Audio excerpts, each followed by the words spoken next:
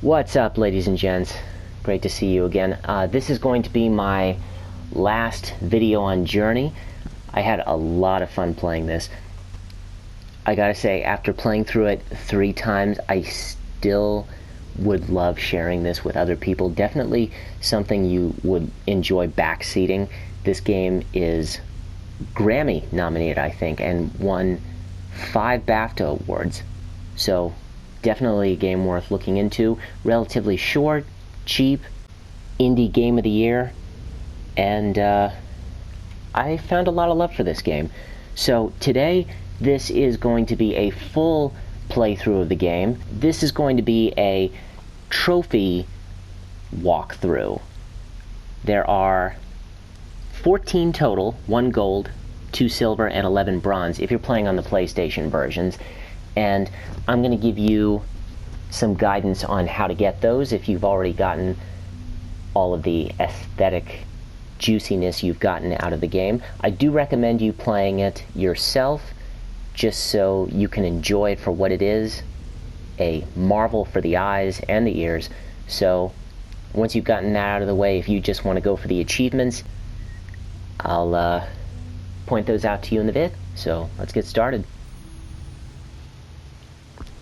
Now the game is broken out into 8 chapters, and at the start of the game we start at the prologue or hub area. Once you've beaten the game once, you can go back to this location at any time through chapter select.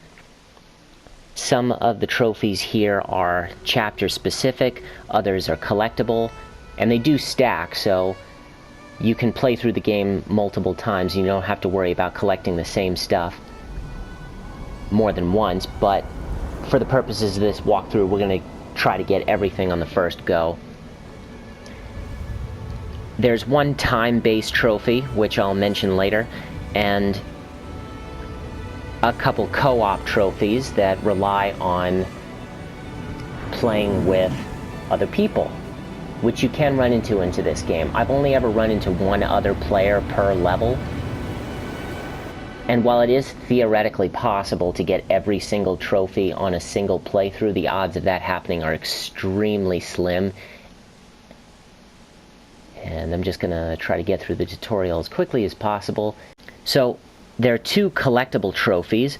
One is for history, in which we have to find these murals called glyphs, outlining the history of these peoples and their culture. And the other one is transcendence, which is the 1 gold trophy for finding all 21 glowing symbols. And we're coming up on the first one very soon. There are a number of symbols and glyphs per level. Usually 3 or 4 symbols and 1 or 2 glyphs. And here we go. So this is our default attire. We are a nomad, a pilgrim of some kind on a literal journey. And there's our first symbol right there. And these are sentient creatures, cloth creatures, we just call them. So by holding the X button, we can use the power of flight, but only as long as we have those glowing symbols show up on the scarf. But we can regenerate that by coming across these glowing beasts.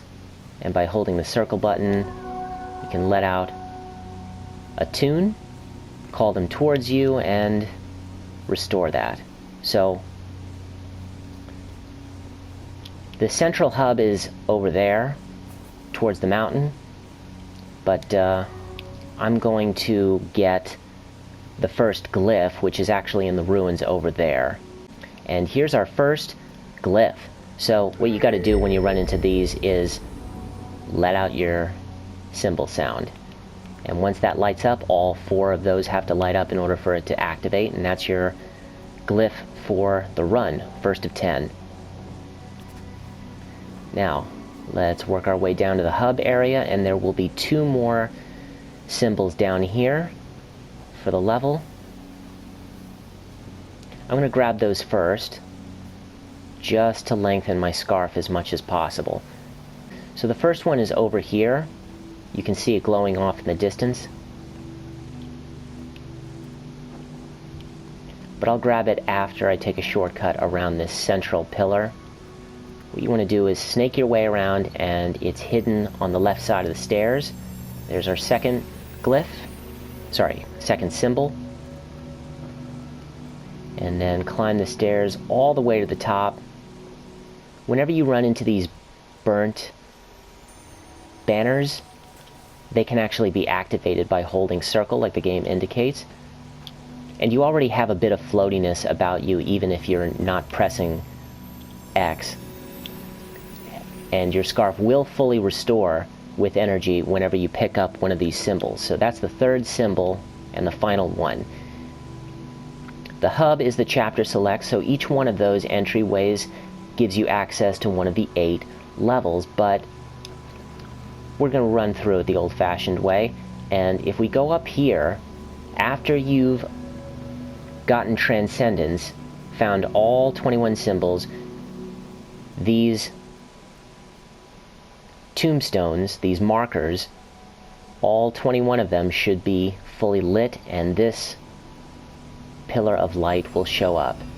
And by staying in there just a second and exiting, you get a spiffy new white robe. And this is actually really cool. Not only does your scarf slightly increase in size, but if you look, while you're grounded, your scarf will automatically re-energize itself, so you won't have to worry about running into cloth beasts to refuel your energy supply, and it makes movement and especially speed running a lot easier. So we can stay in the air longer and move quicker. So once you've gotten all the symbols and glyphs, I could probably just fly across the gap at this point, but if you don't have that, you activate the 4 tapestries, get the cloth beast going, and the more of them you have, the more altitude.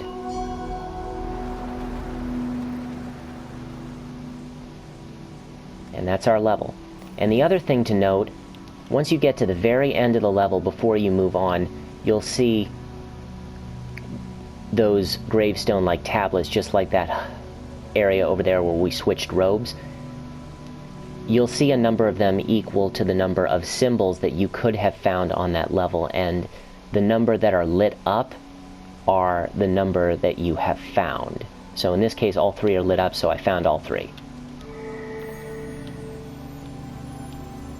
And after activating the meditation circle, we go into dream state.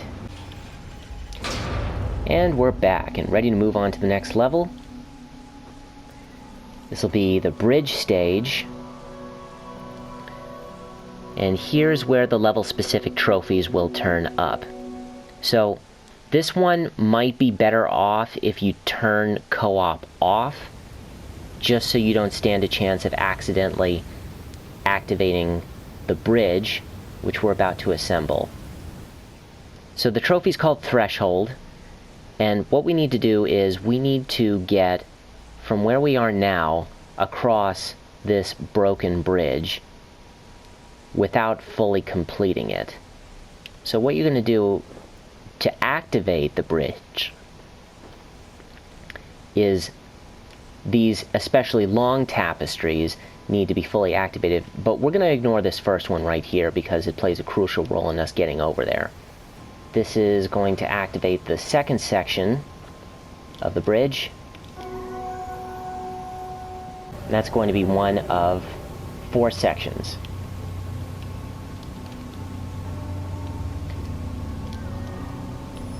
I'm going to activate one more just because I need some more momentum.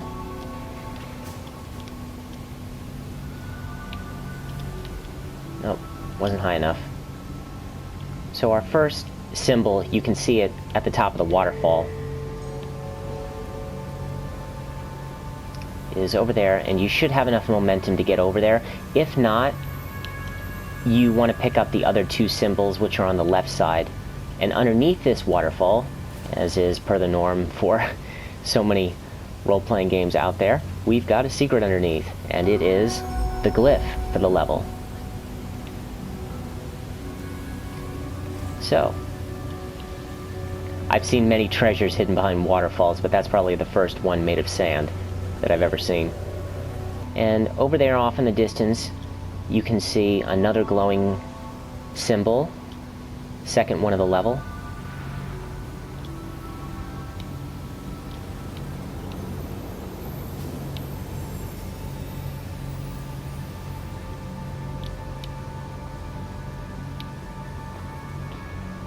And these two sections here make up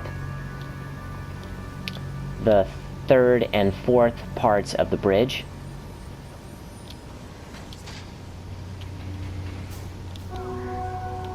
You only want to worry about the big ones.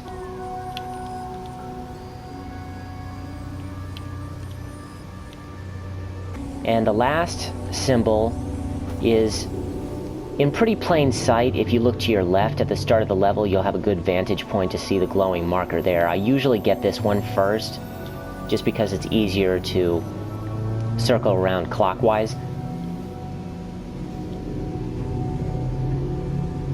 Now, for this last tapestry, even with all of the symbols and your white robe and the upward momentum from the beasts, I don't know if it's possible to get up there. Yeah, see, with enough time and diligence, I might be able to make it up there with the white robe, but keep in mind that already extends my tapestry just a bit further, but not enough that I could make it up there without some assistance. And we're going to actually use this tapestry, but not in the way the game expects us to. If you land on the tapestry from the top, but not the bottom, it will give you some elevation and charge your scarf. So we're going to use that to cheese our way up, and there we go. So we made it up without having to fully activate the bridge, and we can just smooth our way across the level. And Threshold should activate the moment you cross the last section of the bridge. Such a beautiful game. And we're back again. And that's it for the bridge level. Next one is Desert. And this one is where things start to get a little more challenging. Players usually find the most difficult with collectibles in this stage, but it is filled with potential trophies. The ones here are Mirage and Explore. So Mirage is one of 2 Easter egg trophies by That Gaming Company, or That Game Company, the developer of Journey. They made 2 games prior to this, Flower and Flow, and the first is an Easter egg for Flower. And as you can see, this is a huge level. So, time to find a flower in a sand dune. Having the white robe makes this a lot easier. But if you're ever lost, going to the top of the tallest sand dune to give you a better vantage point can help things out. The other trophy, Explore, requires you to release 7 cloth beasts from their prison, and they will be encased in these stone doggy pens, I guess they are. And there's the first one. You'll find 5 in the desert portion and another 2 once we get to our final destination closer to the end of the level. And they're pretty well dispersed. And as for symbols, there are 4 this time and 2 glyphs. So I'm going to try to race through this desert, find them so we can move on. Here's our next stop, just going straight on ahead.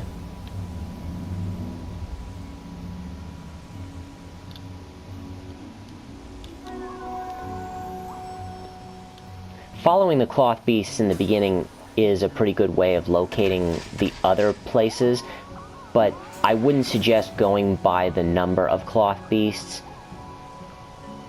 to keep count, just an internal memory. So there's 2, that's technically 2.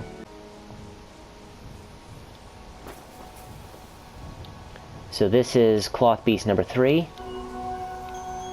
and glyph 1 of 2. Oops. So far off on the right, from where you see the tower, is going to be our first symbol.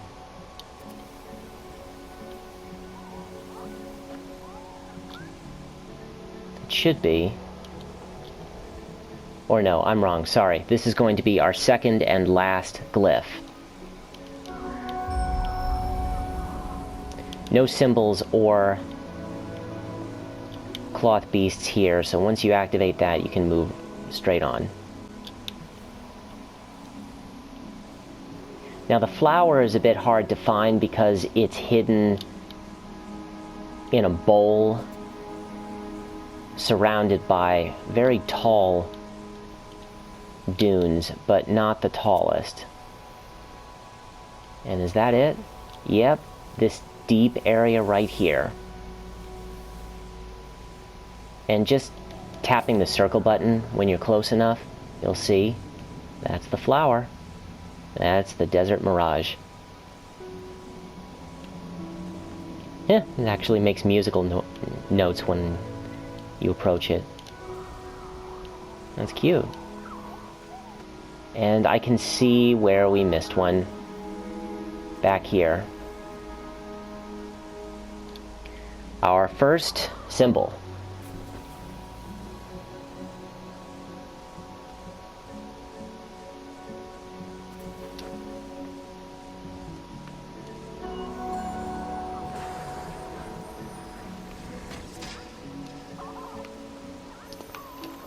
First symbol, fourth cloth beast. So we'll go to the tower.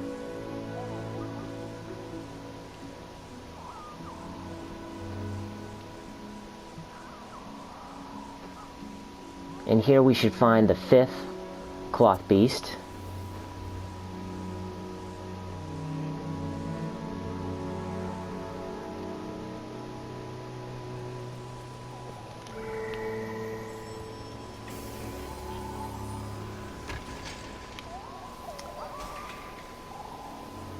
And you want to make sure you don't leave until after reaching the top of that tower.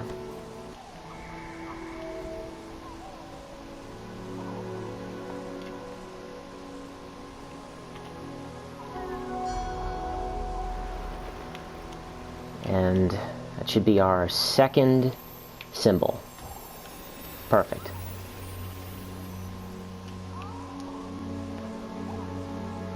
From here, we're gonna head towards the mountain. But before going down there, I want to head off to the right a bit. And our last destinations should be another circular stage area. And I think that's it in the distance. And this will be the location of symbol number 3. You won't see anything until you get closer. And it should arrive just like that.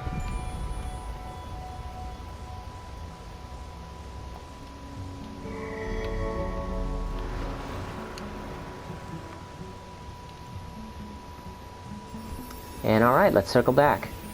Now that should be 5 cloth beasts, even though there's clearly more. One of the points will unleash like 5 of them at a time. That's why it's not good to judge based on the count. And sometimes they can become dispersed. Still haven't run into any co-op partners, but you can expect to run into them more during midday. Gonna fly up here. Our 6th cloth beast you'll run into quickly as you're climbing the tower. And it should be right here. So not all of them are actually imprisoned, behind those stone boxes.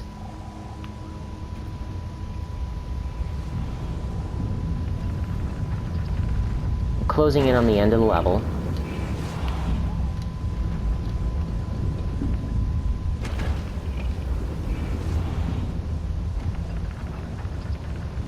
And as tempting as it is just to run up those steps, you want to go around the left side here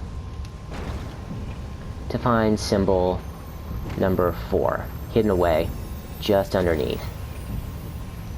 And that's our 4 symbols and 2 glyphs for the level. 6 cloth beasts, and this is where it stumps most players, but you'll see behind that gate that there are more cloth beasts, and those will open up as soon as we're done meditating here.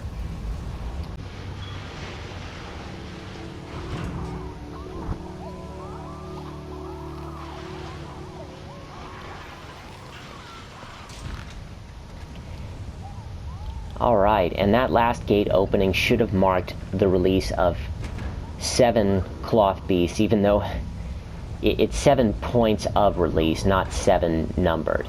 So as soon as you finish meditating and that gate opens up ready to lead you to the next level, the trophy should pop. And the next stage we go to as soon as you hitch a ride is the sand slide level. And this is a really fun stage where it's easy to miss stuff, so I'm going to have to go quickly. The trophy here is Adventure, which you're probably not going to get on your first playthrough if you're also gunning for Transcendence, because you don't want to miss your opportunity to grab symbols while on this level. We're in a constant sliding state, but Adventure needs you to pass through these gates, 15 of them. You can slow your speed by holding back on the joystick, and you can change your direction either going on the left or right side, but if you gain too much momentum or hit those jumps too early, you could end up surpassing them. But here in the middle section, almost missed it, this is going to be the first of 3 symbols for the level.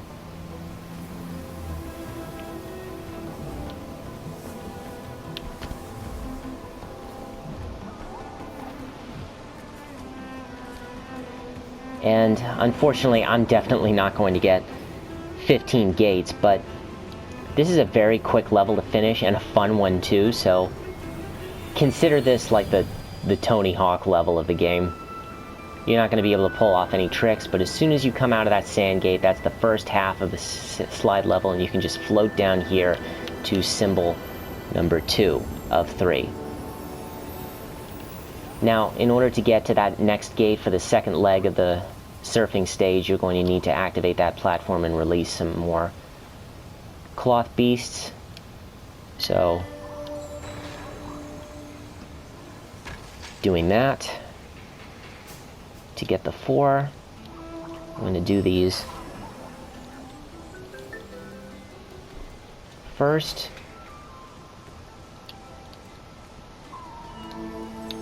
And before activating the 4th one, you'll notice that there's some cloth beasts over here, and those are going to give us a leg up to this platform right here for glyph number 1 of 2.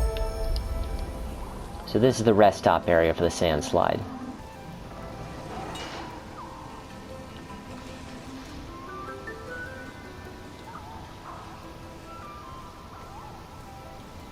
Alright, we still have 1 more symbol and 1 more glyph to go before we finish the level. Let's get up there. So 2 of the symbols are only obtainable while you're sliding down, which again is why I recommend going for Adventure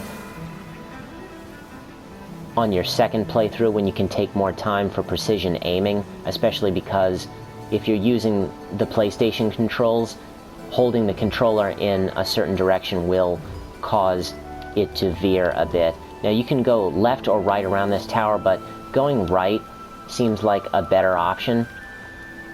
And what you're going to do is you're going to want to get to this position right here where a cloth beast will accompany you as you jump over this cliff, hang time, and get symbol number 3 for the level.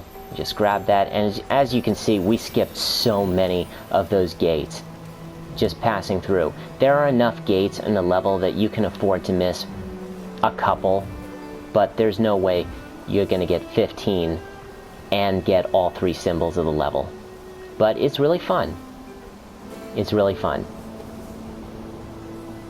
Even non-racing games have so many racing levels and stunts, and after this point, just taking in the gorgeous sunset before we descend.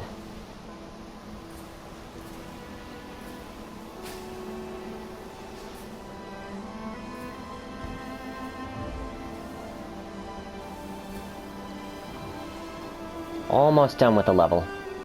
Second slope area.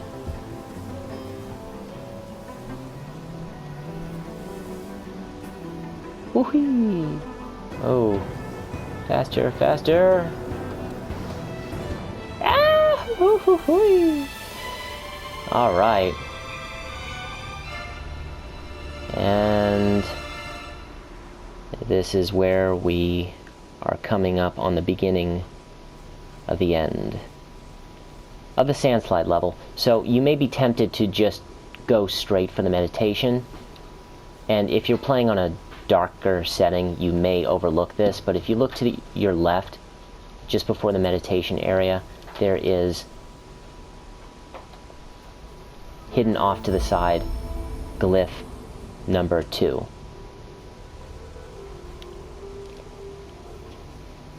And that's our sixth glyph of the game. And alright, we got everything.